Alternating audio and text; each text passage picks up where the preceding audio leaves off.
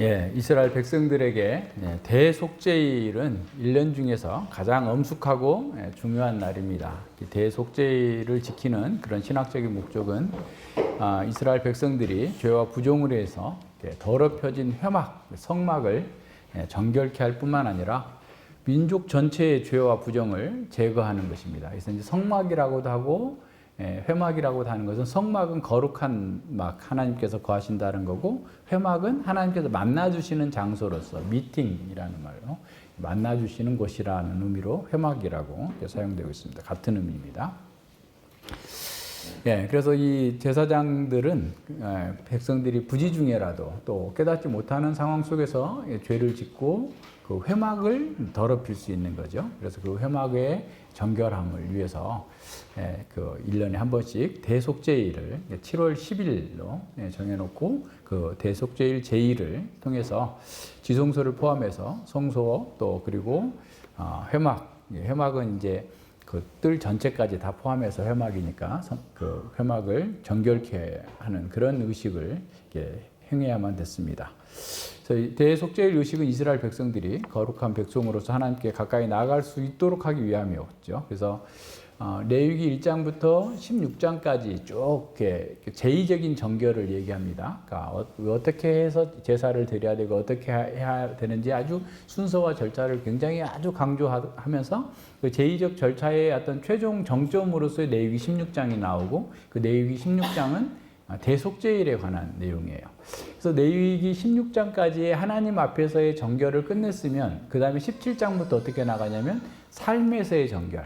그러니까 하나님과의 관계가 회복되었고 하나님의 은혜 가운데서 언약 백성으로서의 그 자기 위치를 잘 정해졌다고 한다면 실제 삶에서, 가정에서 또 삶의 현장 속에서 하나님의 거룩하신 백성답게 살아가는 삶의 정결함을 이루라라고 하는 것이 레위기의 전체 구조입니다.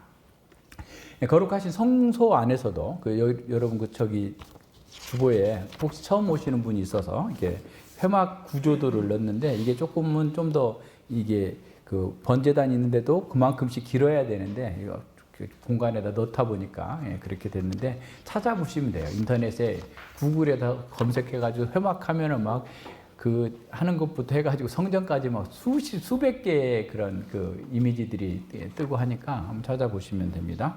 그래서 이 회막 안에서 했는데, 그 회막에서 지성소 가장 안에 있는 그 언약궤가 있죠. 옆에 언약궤, 속죄소, 또 이게 시은좌라고 그랬는데, 이 그 하나님께서 나타나시는 장소는 여기 어떻게 보면 시은좌, 속죄소의 그 언약궤 뚜껑 위에 있는 겁니다. 그래서 이제 속죄소로 번역된 원래 히브리어 단어는 카포렛이라는 말인데, 그 언약궤를 덮고 있는 금으로 이렇게 싸진 거죠. 그리고 거기에 이 언약궤 안에는 십계명 두 돌판, 그다음에 아론의 쌍난 지팡이, 그리고 만나 항아리, 광야에서 먹었던 만나 항아리를 이렇게 같이 보관하고 있었던 그런 곳입니다.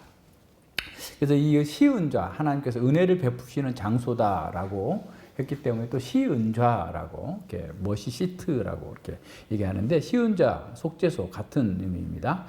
그 시은좌 그 자체에서 어떤 이렇게 뭐랄까요? 그 은혜를 베푸는 것이 아니라 거기에 하나님의 여호와의 발등상이다, 발판이다 라고 해서 여호와께서 그 자리에 오셔서, 상징적인 거죠, 오셔서 사람들에게 은혜를 베풀어 주는 장소다라고 했기 때문에 그렇게 하는 거죠. 시편 132편 7절에서는 이렇게 얘기합니다. 우리가 그의 성막에 들어가서 그 발등상 앞에서 경배하리로다. 그래서 발등상, 시은좌 앞에서, 속죄소 앞에서 경배하리로다 라고 얘기하는 거죠.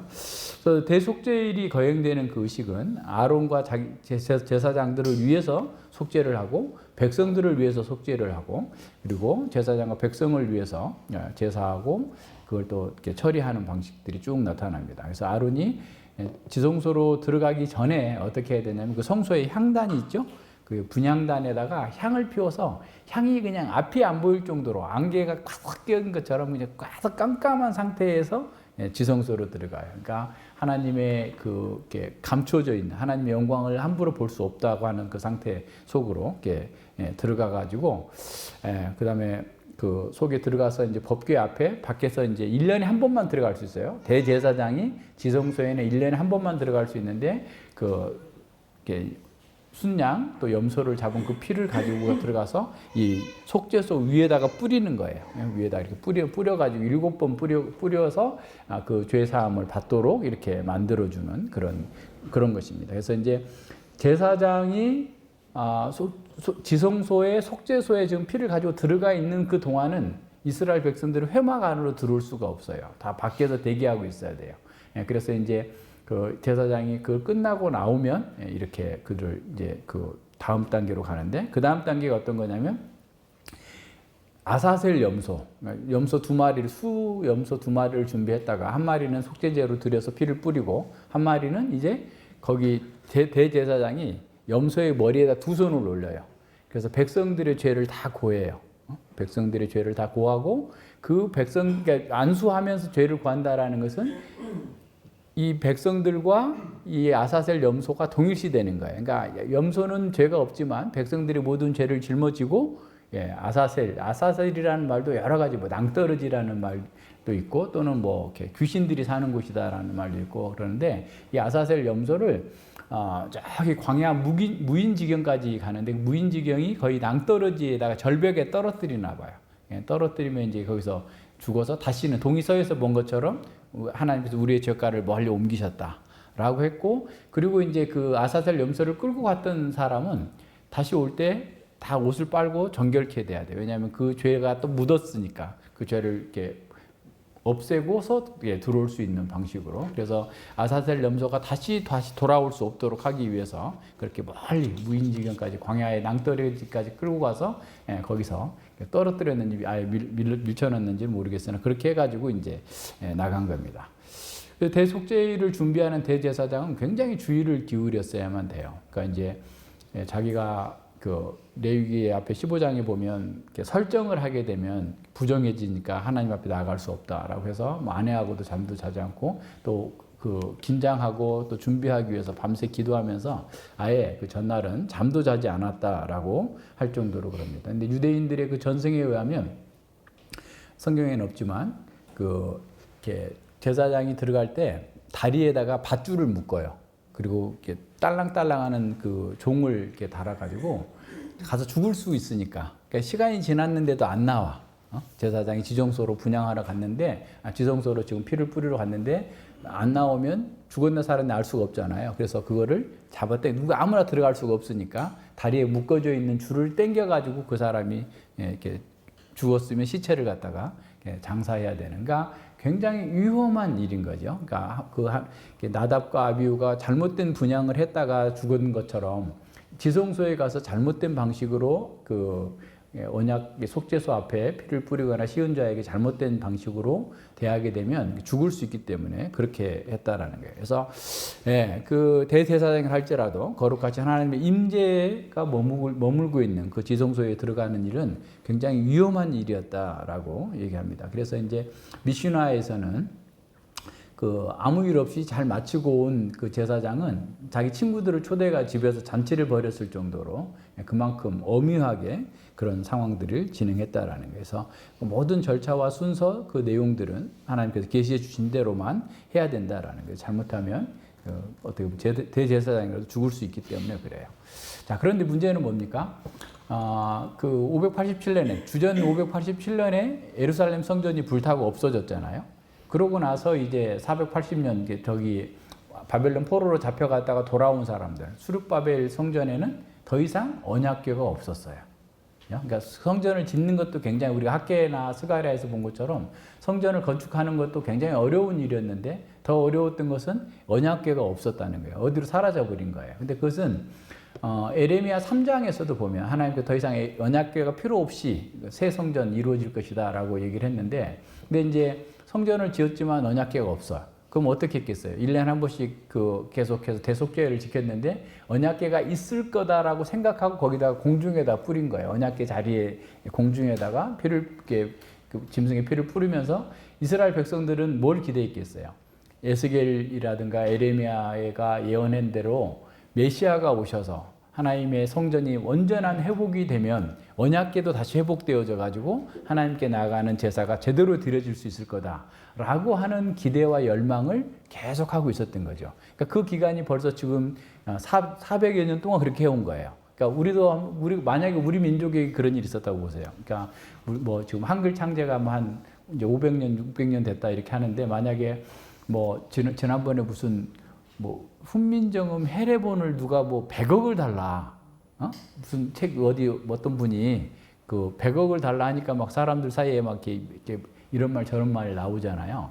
근데 오직 그것만 남아있다. 최초의 본이라고 하면. 그래서 그게 막 이렇게 있는 것을 100억이라도 주고 사야 되냐 어쩌냐 막 이렇게 하잖아요. 그러니까 어쨌거나 이스라엘 백성들에게 있어서 이 종교는 굉장히 삶의 중심이었고 모든 것의 중심이었는데 이 대속죄일은 모든 제사를 어떻게 보면 압축했고 요약했고 그 초점이 거기에 맞춰져 있는데 그 제사의 핵심인 이 속죄소, 시은자가 없는 거예요. 언약궤가 없는 거죠. 그러면 그 400여 년 동안 기다리면서 메시아가 오실 때까지 메시아의 길을 예비하는 우리로서는 이 시은자가 함께 메시아 시대에 도래할 거다라고 하는 간절한 열망이 누구에게나 다 있었겠죠. 그죠? 이거는 뭐 마카비서에도 그렇고 당시의 그 상황에서도 다 요세푸스의 글에서도 보면 그런 내용들이 나옵니다. 그러니까 이스라엘 백성들은 이런 그 성전의 회복과 또 이렇게 언약궤의 회복, 시은자, 속죄소의 회복을 간절히 바라고 있는 그런 그 상황들 속에서 주어졌다라고 하는 사실을 생각해 봐야 됩니다. 그래서 메시아의 날에 언약궤가 다시 회복되고 하나님의 보좌인 그 속죄소가 다시 나타날 것이라고 하는 그 종말론적 기대가 계속해서 고조되고 있었던 그런 상황 속에서 예수님이 오셨고 예수님께서 그 메시아 사역을 이루셨다라는 사실을 다시 한번 생각해 봐야 됩니다. 그래서 오늘 본문 25절과 26절을 다 하려 했는데 사실은 25절을 오늘 상반절만 하고 다음 주에는 하반절부터 26절까지 그렇게 해야 되겠어요. 내용이 너무 좀 많아서 천천히 이렇게 가도록 그렇게 하겠습니다. 그래서 이런 어떤 유대인들의 열망 속에서 이런 그 구약의 역사 또 구속에 관한 하나님의 경륜을 바울 사도는 굉장히 한 단어에다가 압축해 놓고 있기 때문에 우리가 그런 구약적 배경들을 조금 더 이해해야만 이 로마서나 바울 서신들을 더 잘 이해할 수 있게 됩니다. 그래서 이제 우리말 번역에는 막 어디까지냐면 이 예수를 하나님이 그의 피로 인하여 믿음으로 말미암는 화목 제물로 세우셨으니까지 오늘 하고 다음 주는 그 후반부 25절 후반부부터 26절까지 그렇게 하도록 하겠습니다. 그래서 원문이 굉장히 조금 이렇게 그 순서나 이런 번역에 대해서 굉장히 이렇게 말이 많아요. 그래서 이제 로이존스 목사님의 그 로마서 강해에도 보면 이 부분에서 틀린 부분이 있어요. 아예 그냥 딱 단언을 하셨는데 그게 아닌데 단언하신 부분도 있더라고요. 그러니까 많은 학자들이 그냥 뭐 단어 하나 가지고도 뭐 그냥 책을 몇 권씩 쓰고 논문을 몇 편씩 발표하고 할 정도로 로마서는 굉장히 논증적인 그런 거예요. 왜냐하면 그 내용들이 너무 압축되어 있기 때문에. 그래서 구약의 배경과 당시 문화적 배경들 속에서 사용되어지고 있는 언어적 관습이나 또 언어적 기호법들을 잘 이해하는 것이 본문을 더 잘 이해하는 것에 하나의 그 많이 도움이 되게 됩니다. 그래서 이제 바울 사도가 그리스도 안에 있는 구속으로 말미암아 우리가 칭의를 얻었다 그랬잖아요. 그러니까 그 구속에 대해서 좀 더 이제 펼쳐서 보여주고 있는 거예요.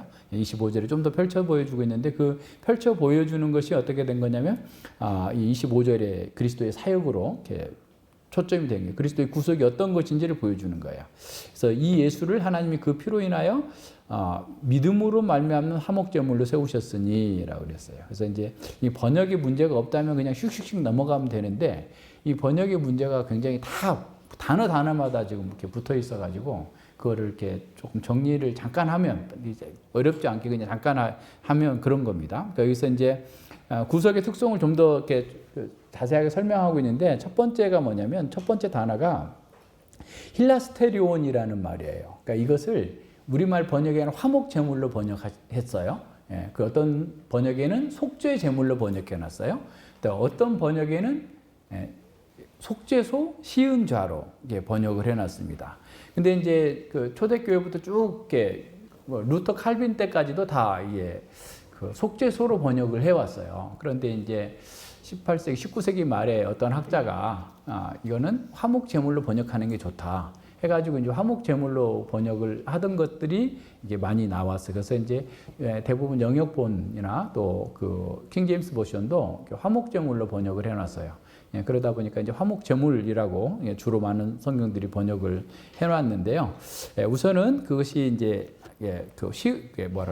쉬운 자, 속죄소로 번역하는 게 맞다라고 하는 것이, 왜냐하면 화목제물이나 속죄제물이라고 하는 그 번역보다 쉬운 자라고 번역하는, 속죄소라고 번역하는 것이 그 두 가지 내용을 포함하면서도 하나님의 임재 가운데서 영광 가운데 나아가는 길로서의 예수 그리스도의 사역이 크게 드러나요.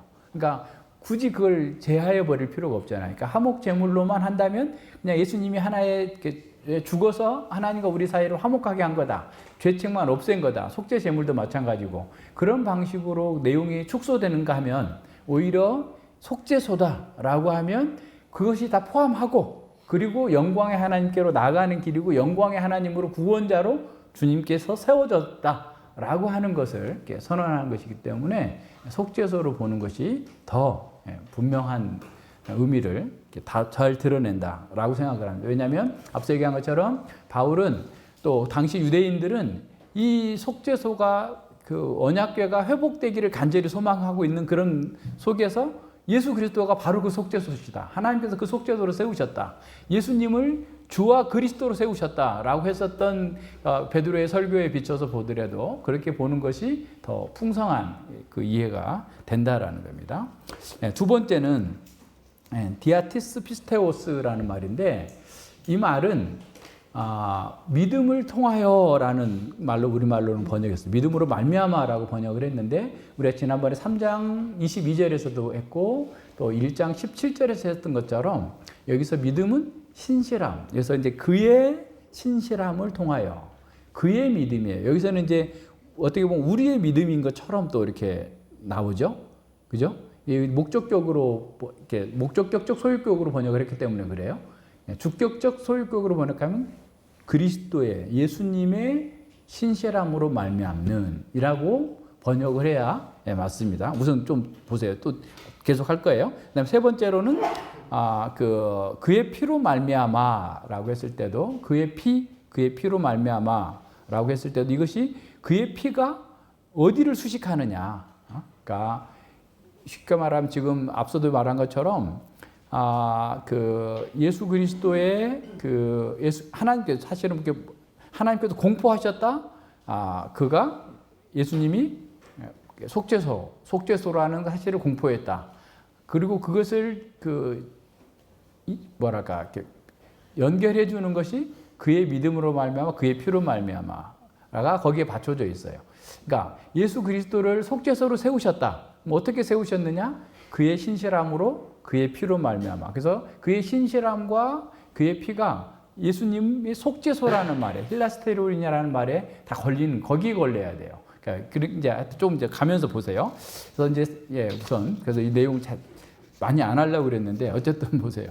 예수님께서 그 힐라스테로인이라고 했을 때 속죄소로 하는 것이 화목제물이나 속죄제물로 하는 것보다도 훨씬 더 그 의미 범위가 넓고 당시의 배경 속에서나 또 그 예수 그리스도의 그 사역이 더 분명하게 드러난다라고 하는 거예요. 그래서 이제 예수님께서 앞에 헬라어로 첫 번째 나오는 게 프로에세토라는 말인데, 이것은 증거하다, 나타내다, 천명하다, 선언하다, 공포하다 이런 의미가 있어요. 그러니까 하나님께서 예수 그리스도를, 이 예수를 속죄소로 공포하셨다라는 거예요.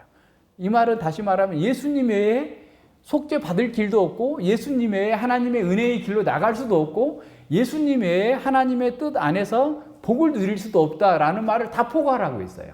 그러니까 화목제물도 물론 그런 의미를 담고는 있지만 속죄소라는 말이 훨씬 더 의미 범위가 넓고 당시의 문맥 속에서 더 분명하다라고 하는 사실을 기억해야 됩니다. 그래서 그렇게 본다면 로마서의 문맥 자체에서 그리고 이제 원래 힐라스테리온이라고 번역했던 70인역, 그러니까 그 구약 성경을 헬라어로 번역했던 주전 250년, 270년쯤에 있었던 그 알렉산드리아의 학자들이 이 법궤를 번역할 때 또 그 속죄소 아까 카포렛이라고 하는 그 히브리어를 번역할 때 힐라스테론이라고 번역을 했는데 그 힐라스테론이라는 말의 그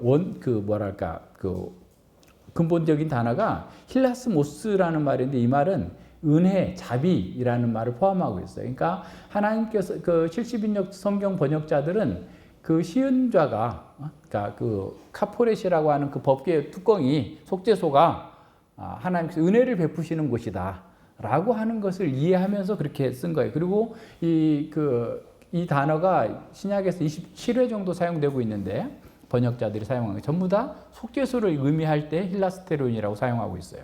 더 중요한 것은 그 히브리서 9장 5절에 보면 이 단어를 그대로 썼어요. 그러니까 예수님께서 속죄 한번 찾아보세요. 히브리서 9장 5절에 9장 5절에 보면 그 위에 속죄소를 덮는 영광의 구름이 있으니 그랬죠. 여기서도 마찬가지입니다. 힐라스테리온 동일한 단어를 썼어요. 그래서 영광의 구름이 있으는 그것에 대해서 낱낱이 말할 수 없다. 그래서 히브리서 9장에서는 이 대속죄일과 관련해 가지고 있었던 그 내용과 예수 그리스도 십자가 사건을 어떻게 보면 해설해 주고 있어요. 그러니까 레위기 16장의 주석처럼 그 히브리서 9장이 설명해 주고 있는데 거기서도 역시 똑같은 단어를 쓰면서 속죄소를 사용하고 있다라고 하는 사실을 생각해야 됩니다.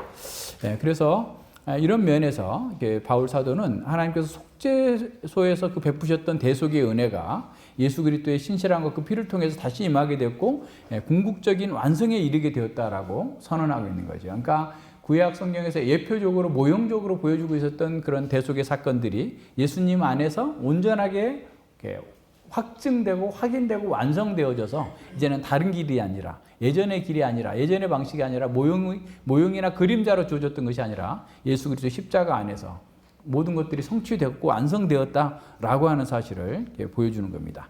마치 속죄소 위에 송아지와 염소의 피가 뿌려줌으로써 모든 죄와 부정으로부터 깨끗하게 된 것처럼 예수 그리스도께서 십자가에서 흘리신 그 피를 통해서 죄사함의 은혜가 임하게 되었다라고 하는 거죠. 그래서 구약 시대의 속죄소 위에서 이스라엘 백성들이 죄사함을 받았다고 한다면 이제 예수 그리스도를 통해서 온 인류가 인류 안에 모든 사람들이 믿음으로써 의롭게 되어지는데 차별이 없다고 그랬는데 모든 인류가 예수님 안에서 하나님께 나아가는 그런 속죄소로서의 예수님을 믿으면 속죄소로서 하나님께 나가서 죄사함 받고 하나님과 은혜의 관계, 언약의 관계를 회복할 수 있다라고 하는 사실을 이렇게 소개해 주고 있는 겁니다. 그래서 하나님은 예수님을 속죄소라고 선포하심으로써 율법과 대속죄일이 예시했던 그 모든 그 언약들을 하나님께서 완벽하게 성취하셨다라고 선언하고 있는 거죠. 그리고 히브리서 9장 12절에서 그 내용을 얘기하고 있어요. 염소와 송아지의 피로 아니하고 오직 자기 피로 영원한 속죄를 이루사 단번에 성소에 들어가셨다. 그래서 여기서 성소는 지성소를 얘기하는데 이 주님께서 들어간 성소는 하늘 성소로 들어가셨다라고 얘기합니다.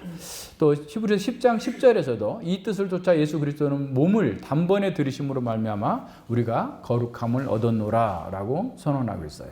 그래서 예수님 안에서 우리의 모든 죄는 한 번에 그리고 영원히 죄사함을 받게 되었습니다. 그래서 화목, 징벌적인 하나님의 그 진노에서 돌이킴과 속죄, 죄를 제거하는 그 모든 것들이 이 속죄소라고 하는 힐라스테론 안에서 그 용어가 다 포함되고 의미가 더 크기 때문에 우리는 속죄소라고 봐야 됩니다. 그래서 속죄소는 아무나 접근할 수 없는 접근이 불가능한 장소였죠. 대제사장만이 엄격한 절차를 통해서 1년에 한 번만 들어갈 수 있는 겁니다. 그래서 레위기 16장을 보시면요.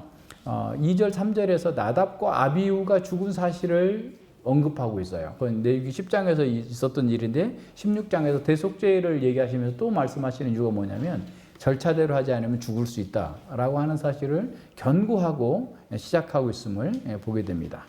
하나님께서는 하나님께서 지시하신 방법대로가 아니면은 죄가 정결케 될 수도 없고 하나님과의 화목도 이루어질 수도 없고 하나님의 영광에 참여할 수도 없다라고 하는 사실을 보여줍니다. 그래서 모든 인간은 3장 9절에서 본 것처럼 다 죄의 권세 아래에 있습니다. 하나님의 진노는 죄 아래에 있는 자들에게 임합니다. 속죄는 죄사함으로 인한 하나님과의 화목과 화해를 가져다 줍니다. 그래서 힐라스테리온을 그냥 아까 속죄소라고 번역해야 될 것을 화해나 속죄 하나로 번역하게 되면 희생제사의 어느 한 국면만을 드러냄으로써 풍성한 의미를 놓치게 된다라는 거죠. 그래서 우리는 구약의 속죄소를 배경으로 한 그 힐라스테리온, 속죄소라고 번역해야만 이제 합당하다라는. 그래서 어떤 학자는 이것을 속죄소로 아니고 다른 말로 번역해야 될 합당한 이유가 지금까지 다 자기도 다 찾아봤는데 그걸 합당한 근거가 없다. 그래서 우리는 속죄소로 번역해야 된다라고 그분은 얘기합니다. 더글러스 무인데요. 속죄소로 번역해야만 속죄와 화목을 다 포괄할 뿐만 아니라 구약의 예표인 그 대속죄 이래 그 언약 관계가 회복되고 하나님의 영광의 임재에 다다를 수 있다라고 하는 사실들이 더 분명하게 드러나고 있는 거죠. 그래서 그리스도께서 속죄소라고 하는 것은 대속죄 일에서 이루어지고자 했던 그 모든 것들이 성취가 되었다라고 하는 것을 공표하는 겁니다. 그래서 지성소는 특별히 이 속죄소는 하늘의 영역과 이 땅의 영역이 만나는 장소입니다. 그래서 백성들은 그 자신들의 죄뿐만 아니라 하나님의 그 임재의 장소까지도 더럽힐 수 있어요. 그래서 속죄일의 핵심적인 두 가지 의식은 바로 그건 거죠. 두 가지 차원이죠. 한 마리 염소는 어떻게 보면 지성소를 정결케 하기 위해서 희생됐고, 또 한 마리 염소는 백성들의 죄를 멀리까지 옮기는데, 무인지경까지 광야로 옮기는데 보내졌어요. 이 두 가지 사건은 하나의 속죄 사건으로 연결이 된 겁니다. 그래서 아사셀 염소의 제사장이 두 손을 얹고 안수하는 것은 그 염소와 동일시하는 것을 얘기하는 거고, 그 염소에게 죄를 다 실어서 보내서, 사실은 죄를 실어서 보내는 건 죄인도 다 실어서 보내는 거예요. 그러니까 우리가 그렇게 죽어야 된다라는 거예요. 우리가 같이 아사셀 염소처럼 죽고 다시는 하나님의 그 존전에 나올 수 없는 자들이었는데 우리 대신에 아사셀 염소가 간 거다라고 하는 것으로 우리의 죄사함의 그것을 눈에 보이게 표시하고 있는 거죠. 그래서 이 속죄소에서 피를 뿌리는 것과 아사셀 염소를 멀리 무인지경으로 내보내는 것은 사실은 하나의 사건을 두 국면으로 보여주고 있는 거예요. 죄가 제거되어졌고 하나님의 임재 가운데로 받아들여졌다. 그래야만 그 속에서 하나님께서 그 이스라엘 백성들의 진영 가운데서 함께 거할 수 있기 때문에 그러는 겁니다. 그래서 구약의 이 시은소는, 속죄소는, 시은좌, 속죄소는 하나님의 임재와 그 언약의 교제를 위한 그런 장소였어요. 한번 생각해 보세요. 여기 보면 밑에는 이 그 언약궤 안에는 언약의 두 돌판이 있잖아요. 십계명의 두 돌판이 있어요. 그리고 그 위에 피를 뿌리는 거죠. 그러니까 이 언약을 범한 것에 대한 죽음인 거죠. 그리고 예수님께서 그 언약을 행하심으로써 우리를 다시 하나님의 존재와 임재의 자리로 불러오시는 거예요. 그러니까 이 속죄소라고 할 때 그 의미가 더 풍성하게 더 다가오는 겁니다. 그래서 이 지성소의 속죄소는 진정한 은혜의 장소이고 하나님께로 나아갈 수 있는 길을 예표하고 있는 겁니다. 그래서 사도행전 4장 12절에서 보면 다른 이로서는 구원을 얻을 수 없나니 천하 인간의 구원 얻을 만한 다른 이름을 주신 일이 없음이라 하더라 그랬어요. 그러니까 다른 그 무엇으로도 속죄를 이룰 수도 없고 하나님의 은혜의 자리로 우리가 나아갈 수도 없다라는 거예요. 그래서 요한복음 14장 6절에서 내가 곧 길이요 진리요 생명이니 나로 말미암지 않고는 아버지께로 나아갈 자가 없다. 그러니까 예수님께서 속죄소라고 하는 것은 우리의 모든 죄를 사하여 주시고 우리에게 은혜를 베풀어 주셔서 아버지께로 나아갈 수 있는 길을 열어주시고 하늘의 영광과 우리 인간이 만나서 그 하나님 은혜 가운데에서 언약적 교제를 나눌 수 있는 곳으로서의 속죄소를 예표하고 있는 겁니다. 그래서 대속죄일에 대제사장이 백성들의 죄를 대신해서 하나님 앞에서 눈물로 간구해야 했고 심지어 목숨을 걸어야 하는 그런 위험한 일이었던 것처럼 어떤 의미에서 대제사장들은 백성들의 그 속죄를 위해서 자기 자신을 하나님께 내어드린 거나 마찬가지입니다. 아사셀 염소가 백성들의 죄를 지고 광야 절벽 무인지경으로 떨어지는 것처럼 대제사장은 백성들의 죄를 지고 하나님 앞에 나아갔습니다. 그래서 히브리서 9장은 이 대속죄일의 제의와 예수 그리스도의 십자가 사건을 저희가 예수 그리스도 십자가 사건으로 완전히 성취되었다라고 보여줍니다. 그러니까 옛 언약에서의 상징인 성막에서 이루어진 그 대속죄일의 제의가 예수 그리스도 안에서 그 십자가 안에서 온전히 이루어졌음을 우리에게 설명해 주고 있는 거죠. 그래서 바울 사도는 하나님의 가시적으로 그 영광 가운데에서 현시하셨던 것처럼 구름 가운데에서 그 속죄소에 충만하게 임하셨던 것처럼 십자가에 못 박히고 부활하신 그 예수 그리스도 안에서 우리를 만나시겠다고 하시는 그 영광의 하나님을 볼 수 있도록 만들어 주셨고, 하나님께서는 바로 그렇게 예수 그리스도를 속죄소로 세우셨다라고 공표해 주고 있다라는 겁니다. 그래서 구속이, 우리의 속량이 오직 예수 그리스도 안에 있는 것처럼 우리는 자비하신 그 하나님을 예수 그리스도 안에서만 만나고 발견할 수 있다라고 하는 사실을 보여줍니다. 그래서 구속하셨다라고 했을 때 우리가 죄로부터 구속하셨고, 또 어떻게 보면 사람들로부터 이렇게 상업적인 용어라고 그랬죠. 사오는가라고 그랬잖아요. 그런 면에서 어떤 이렇게 사람들 속에서 이루어지고 있는 것이라고 한다면, 속죄서는 하나님과 우리가 만나는 것의 관계를 더 강하게 보여주고 있는, 그러니까 구속이라고 하는 말 속에서 우리가 죄와 사망 가운데에서 어떻게 보면 사람들에게 팔려 있고, 죄에 팔려 있고, 어떤 세상에 팔려 있고, 자아에 팔려 있었던 그런 자리에서 우리를 이렇게 속량하셨다고 한다면, 이 속죄소라고 하는 의미 속에서는 하나님과 우리의 관계가 완전히 하나로 회복되어지고 하나님의 은혜 가운데서 평강과 또 안식이 주어지고 있다 하는 내용들을 담고 있는 겁니다. 그래서 이 구속이나 속죄소라고 하는 이 용어는 예수님께서 하나님의 구원 사역의 어떤 유일한 장소라는 것을 강조하고 있는 거죠. 속죄소인 예수님 안에서 하늘의 영광과 땅의 사람이 만나는 겁니다. 그래서 우리가 죄사함을 받고 칭의의 복이 바로 이 속죄소에서 흘러나와서 에스겔에서 보고 있는 것처럼 강을 이루는 거죠. 사망과 고통과 아픔이 지배하고 있는, 죽음이 지배하고 있는 그런 세계 속에 생명의 물이 흘러나가서 온 세상을 회복시키는 것처럼 이 속죄소를 통해서 하나님의 생명이, 하나님의 영광이 우리 가운데로 흘러들어오고 우리가 새로운 생명, 새로운 능력이 있는 삶을 살아갈 수 있는 겁니다. 십자가에서 죽으시고 부활하신 주 안에서만 하나님께서 우리 안에 영광으로 우리 가운데 존재하며 만나주십니다. 그 영광의 주 예수 그리스도께서 그 속죄소에서 타락한 인간과 창조하신 만물이 새롭게 하시고 언약의 교제 가운데로 들어오게 하시는 겁니다. 그래서 이제 그 출애굽기 마지막 40장에 보면 하나님의 영광이 성막이 완성되면서 거기에 확 거한 모습이 나타나죠.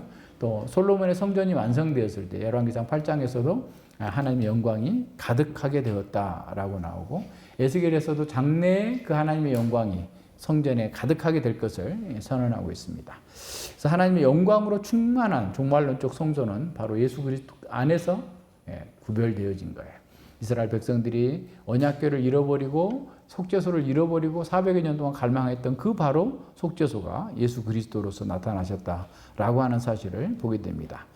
그래서 예수께서는 그 종말에 도래할 그 새 성전에서 하나님의 영광이 충만한 것을 보면서 땅에 대고 엎드려 경배하는 그런 모습들을 나타내 보여주고 있습니다.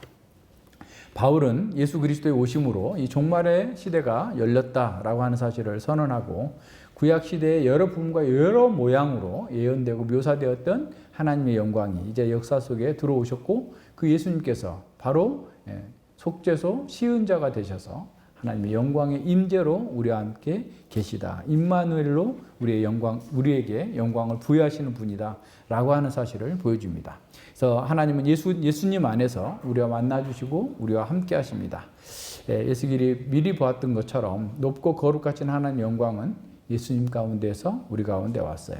그래서 이거를 깨달았던 사도 요한은 요한복음 1장 14절에서 이렇게 말씀합니다.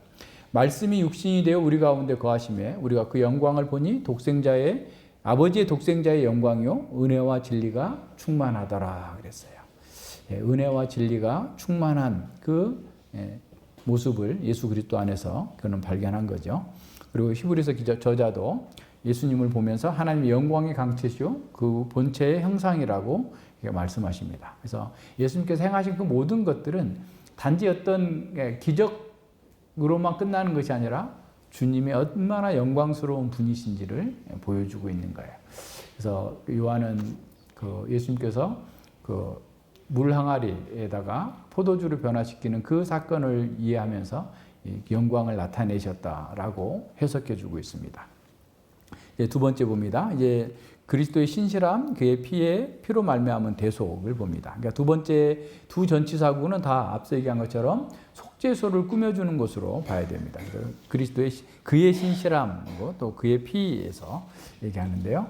다수의 번역들은 소유격, 목적격적인 소유격으로 이렇게 믿음으로 번역했지만, 그래서 하나님께서 반응하는, 하나님께서 하신 그 이루신 일에 대해서 믿음으로 긍정적으로 반응하는 사람들의 믿음을 가리키는 것으로 해석했지만, 3장 22절에서 본 것처럼 그리스도의 신실함으로 주격적 소유격으로 보는 것이 더 맞습니다. 왜냐하면 지금 그리스도의 사역을 얘기하고 있다가 갑자기 사람들을 믿음을 얘기할 이유가 없잖아요. 더구나 이 문학적 구조 속에서, 문맥 속에서도 그리스도를 속죄소로, 이 예수를 하나님께서 속죄소로 선언하셨다라고 해놓고 바로 이어지는 두 개의 전치사구거든요. 그러니까 그것은 바로 속죄소를 가야지 갑자기 믿음이라고 하면, 그러니까 이게 항상 어떤 단어의 의미는 문맥이 결정한다고 그랬잖아요. 그래서 이 문맥에서 제가 몇 사람 거를 또 다른 논문들을 또 찾아봤어요. 지난주에 찾아봤는데 대부분의 그러니까 신약학자들은,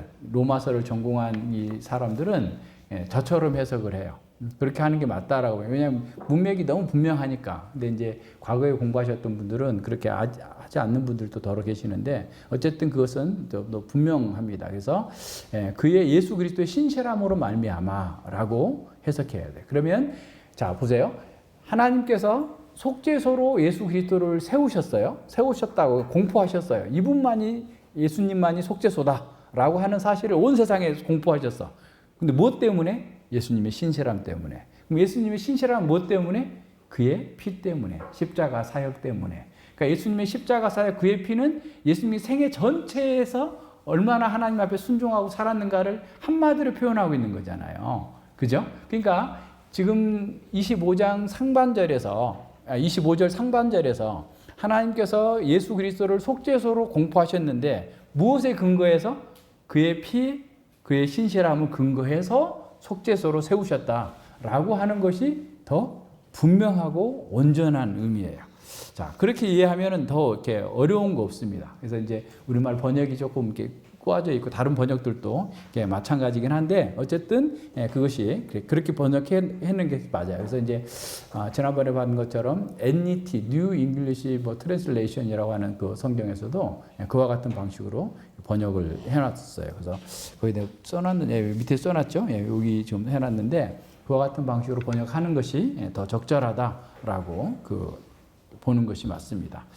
그래서 이제 레위기 17장 11절에 보면, 육체의 생명 피에 있음이라 내가 이 피를 너희에게 주어 단에 뿌려 생명을 위하여 속하게 하였나니 생명이 피에 있으므로 피가 죄를 속하였다라고 그랬어요. 그러니까 예수 그리스도께서 십자가에서 죽으신 것은 괜히 로마 제국의 어떤 그런 어떤 반역자이기 때문에 죽었거나, 또는 이스라엘 백성들 또 대제사장들이 무지하게 자신들의 기득권을 위해서 죽였거나, 물론 그것은 표면적인 이유긴 하지만 더 큰 이유는 뭐예요? 우리의 죄를 위하여서 십자가에서 죽게 하셨고, 그로 인해서 예수님을 통해서 하나님께로 나아가는 길, 속죄를 얻고 하나님께 나아가는 길을 여셨던 사실로 봐야만 됩니다. 그래서 예수님께서 십자가에서 죽으신 것은 단지 그냥 죽으심이 아니라 우리의 죄를 위한 죽으심이다 라고 하는 사실을 기억해야 됩니다. 그래서 히브리서 9장 22절에서도 율법을 쫓아 거의 모든 물건이 피로써 정결케 되나니 피 흘림이 없은즉 사함이 없느니라 그랬어요. 그러니까 우리의 죄가 사하지려면 주께서 피를 흘리셔야 돼요. 생명이 없어져야 돼요. 생명의 값을 치러야 됩니다. 그래서 우리가 그리스도 안에서 이렇게 우리가 그 그리스도를 받아들이지 않는다면 우리의 죄사함은 불가능한 거죠. 계속 죄의 지배 아래서 고난과 고통 속에서 살 수밖에 없는 것입니다.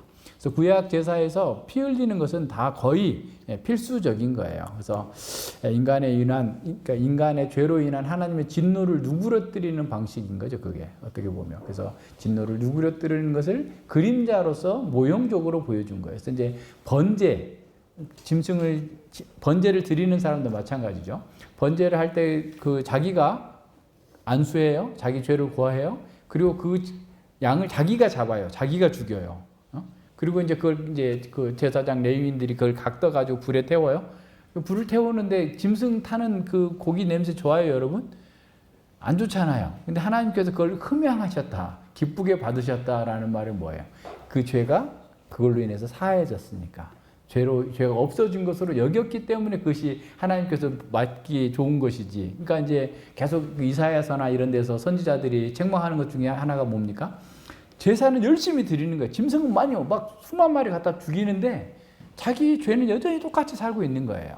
통회하는 게 없어요. 그래서 하나님께서 원하시는 제사는 짐승의 제사가 아니라 너희들의 마음의 통회다. 너의 마음의 할례다 라고 말씀하셨던 것도 바로 그런 겁니다. 죄가 제거돼야만 하나님께서 기뻐하시는 것이기 때문에 그런 거죠. 근데 그 죄가 제거되는 것은 그냥 말로 되는 게 아니고 그 죄값을 당하는 죽음이, 생명을 요구하는 그 죽음이 있어야만 했기 때문에 그런 겁니다.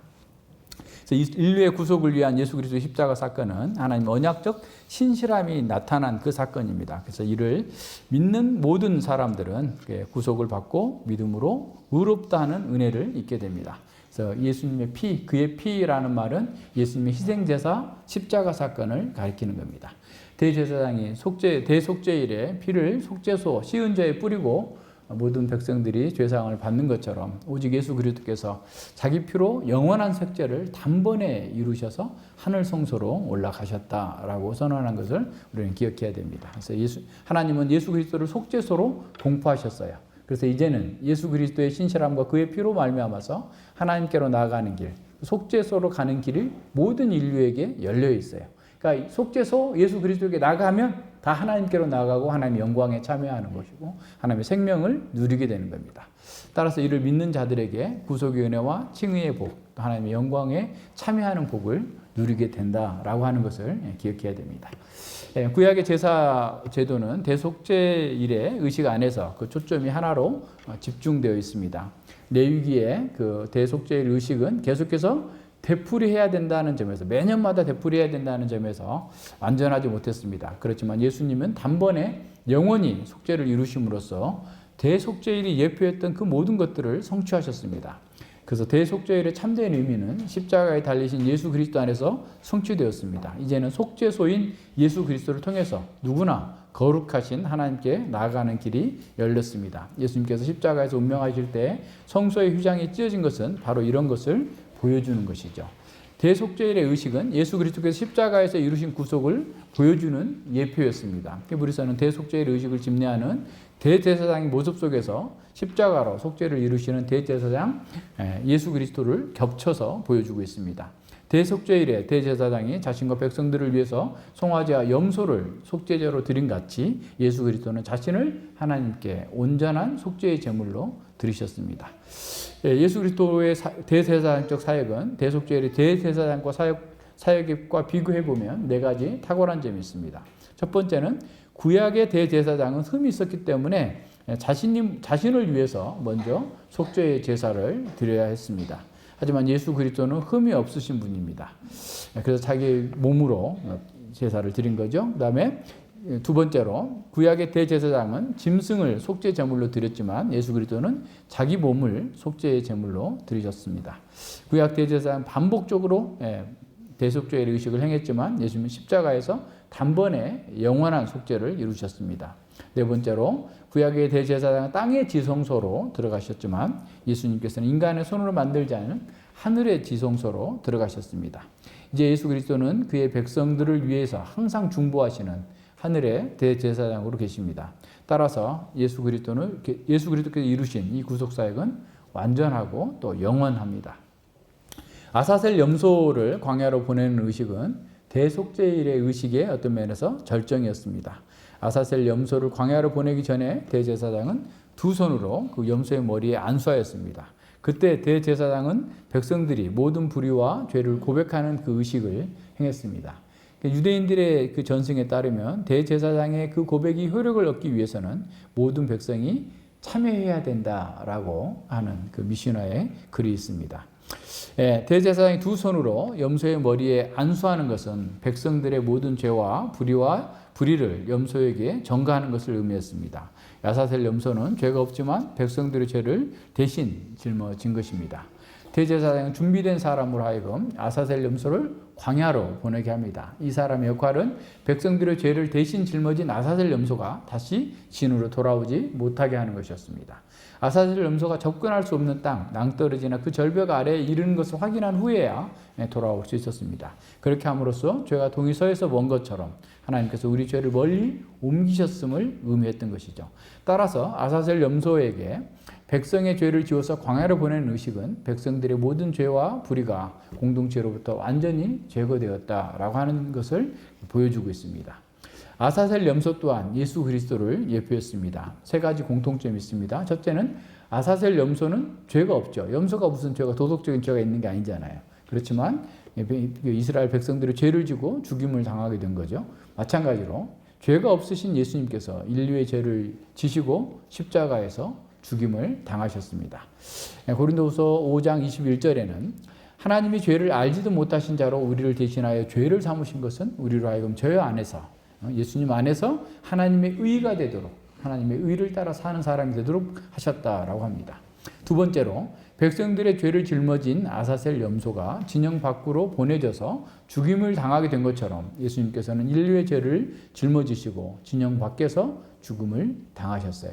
그래서 히브리서 13장 12절 이렇게 말씀합니다. 그러므로 예수도 자기 피로써 백성을 거룩하게 하려고 성문 밖에서 고난을 당하셨다. 성 밖에서 죽임을 당하는 것이 어떻게 보면 당연한 거죠. 진으로서 성으로 밖으로 내보내는 거니까. 세 번째로 아사셀 염소가 절벽 아래 떨어져 죽임 당한 것 같이 예수 그리스도께서 영원한 사망, 음부의 고통까지로 다 경험하시고 감당해내신 겁니다. 그래서 세례 요한은 그 예수님을 보고 이렇게 말합니다. 보라, 세상 죄를 지고 가는 하나님의 어린 양이로다. 그래서 하나님의 어린 양이라고 할 때 주로는 유월절 어린 양으로 봅니다만 동방 교부들은 아사셀 염소를 의미한다라고 해석하기도 했습니다. 세례 요한은 예수님께서 이루신 구속 사역을 예언하면서 세상 죄를 지고 가는 하나님의 어린 양이라는 표현 속에서 대속죄일의 아사셀 염소를 겹쳐서 보았다고 하는 것이 이렇게 해석하는 것이 당연할 것입니다. 왜냐하면 지고 가다라는 말과 함께 레위기의 상황과 요한복음의 상황에 다 광야를 배경으로 하고 있다라는 사실을 알 수 있기 때문에 그렇습니다. 그래서 세례 요한은 예수님을 보면서 백성들의 죄를 지고 가는 죽임을 당하는 유월절 어린 양과 그리고 아사셀 양으로 동시에 겹쳐서 봤다라고 우리는 볼 수 있습니다. 그 대속죄일의 의식이 그림되어 있다면 예수님의 십자가 사건은 실체였습니다. 예수님의 십자가 사건은 대속죄일의 종말론적인 성취였던 것이죠. 그래서 그리스도의 신실함과 그분의 피로 인해서 죄와 죽음이 지배했던 사람들이 이제 정결케 되고 생명이 약동한 하나님 나라 백성이 되었습니다. 그리스도께서 보내신 성령께서는 믿는 자들을 또한 거룩하게 하십니다. 시은자, 속죄소 되시는 예수 그리스도를 통해서 우리는 하나님을 예배하고 그분과 언약적 교제를 나누고 복을 누립니다. 예수님의 신실함을 통해서 하나님께서 사죄와 은혜를 베푸시는 속죄소가 되게 하셨어요. 하나님이 지성소의 어둠 가운데 감춰져 있는 것처럼 또한 예수님 안에서 하나님 자신을 감추고 계세요. 그래서 하나님을 만나려면 구약에는 지성소로 가야 했던 것처럼 지금은 예수님께로 가야만 됩니다. 하나님은 십자가에 달리시고 부활하신 예수님 안에서만 자신을 볼 수 있게 해주셨다라고 하는 사실을 기억해야 됩니다. 그것뿐만 아니에요. 사실 우리의 생명도 마찬가지입니다. 골로새서 3장에서 우리가 땅의 것이 아니라 하늘의 것을 생각하고 그걸 추구하라라고 하면서 3장 3절에서 이렇게 말씀합니다. 이는 너희가 죽었고 너희 생명이 그리스도와 함께 하나님 안에 감춰져 있어요. 우리의 생명 또한 감춰져 있어요. 그러니까 그러다 보니 우리도 우리의 생명이 얼마나 존귀하고 영광스러운지를 잘 몰라서 자꾸 땅의 것을 바라보고 땅에 뻘뻘 기는 것들에 쫓아가느라고 고생하고 있는 거죠. 그러지 않아야 된다라는 거예요. 그러면서 4절에서 우리의 생명이신 그리스도께서 나타나실 그때 너희도 영광 중에 그와 함께 나타나리라. 그때가 있을 테니 지금 땅의 걸 못 가졌다고 힘들어하고 고통스러워하고 그런 거에 유혹받지 말고 땅의 지체를 죽이고 하나님 나라의 그 영광을 사모하면서 살라라고 말씀하십니다. 우리는 지금 속죄소이신 예수님 안에서 칭의와 구원과 영광을 얻었습니다. 이 복은 예수 그리스도의 신실함과 그분의 피로 말미암은 것입니다. 우리가 거기다 보탠 것은 아무것도 없어요. 예, 대속죄일의 제의를 포함한 희생제사의 문명에서 피는 죽음을 통해서 하나님께 바쳐진 그 생명을 의미합니다. 안수를 통해서 바쳐질 그 제물과 동일시하는 것은 제물이 죄인을 대신한다는 의미입니다. 바쳐지는 것은 제물이 아니라 그 제물을 드리는 죄인이 죽는 거죠. 희생제사에서 죽임을 당하는 것은 죄인이 아니라 그러나 제물인 그 동물이 대신해서 죽는 겁니다. 따라서 속죄의 염소, 아사셀 염소는 대속죄일의 필수적인 의식이었습니다. 대제사장이 염소의 피를 속죄소에 뿌려서 성소와 이스라엘 백성들을 깨끗하게 한 것처럼 예수 그리스도께서 자기 피를 흘리심으로 말미암아서 우리의 죄를 사하시고 깨끗하게 하셨습니다. 이제 속죄소가 되신 예수 그리스도 안에서 우리는 언제든지 거룩하신 하나님을 만날 수 있습니다. 언약궤는 계시의 자리, 여호와의 임재를 상징하는 계시의 장소였고 여기는 바로 여기에서 이스라엘의 죄, 우리의 죄가 사해졌습니다. 언약궤와 속죄소는 예수 그리스도의 신실함과 십자가로 완성되어진 거죠. 그러니까 언약궤, 십자가는 예수 그리스도의 그 사역, 십자가로 완성됐어. 예수님이 진리시고 예수님이 생명이시고 예수님이 하나님 길로 나아가는 길이었기 때문에 이 속죄소 대신 예수님 안에서 우리는 하나님을 만나고 진리를 얻고 자유를 누리고 생명과 안식을 누리게 되는 것입니다. 그래서 하나님 언약을 배반한 인간의 죄를 영원히 용서하시는 방편으로 예수 그리스도를 속죄소로 쉬운 자로 높이 세우셨다라고 공표하고 계십니다. 그래서 우리는 예수 그리스도 외에 다른 데서 구원을 찾으면 안 돼요.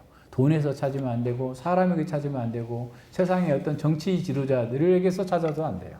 예수 바라바에게서 찾으면 안 됩니다.